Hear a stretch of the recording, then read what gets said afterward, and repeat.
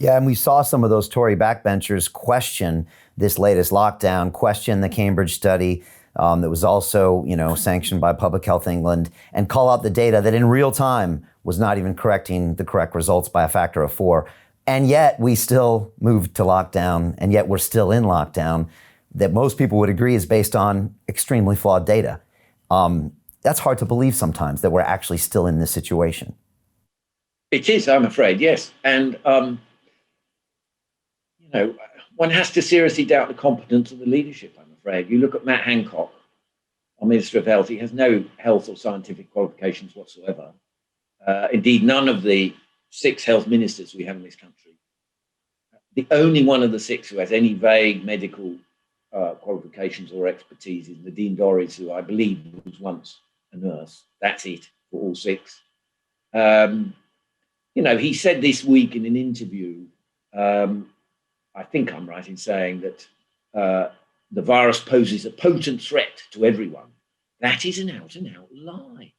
The one indelible truth of this virus that is undeniable, and I think one of the problems with the scientific community and with society as a whole with this virus is there's so much we don't know still, and the scientists are struggling to get to grips with that because they're really not able to tell us definitively an awful lot of the answers that we want.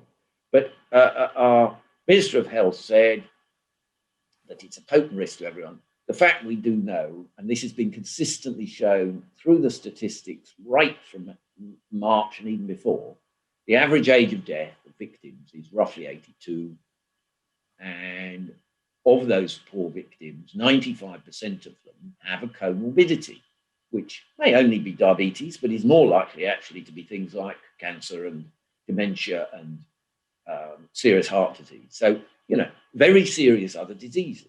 And it is no coincidence that a high level of the deaths have happened in care homes.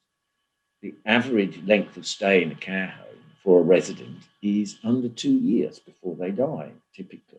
So these are people, generally speaking, who are dying from COVID at the end of their life.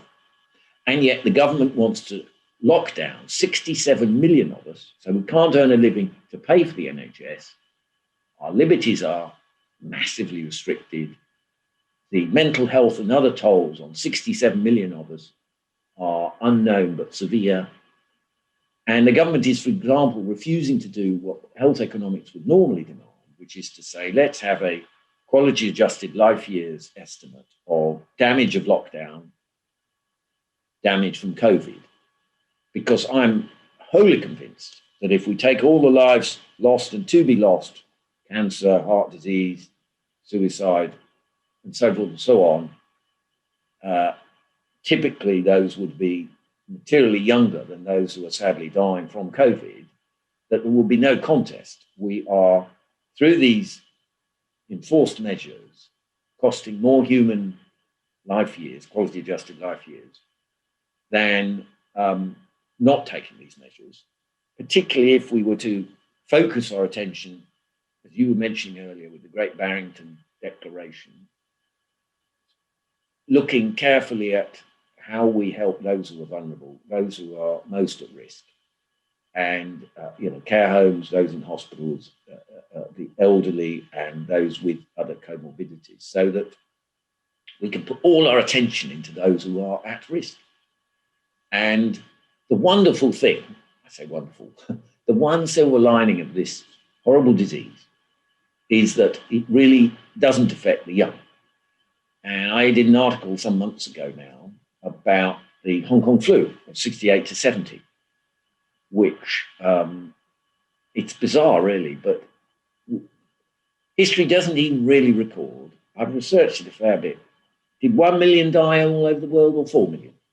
We're not sure. The history books, and this is only in 1970, don't really say. I suspect it's partly because we have no idea how many died in communist China, where it came from, Hong Kong technically.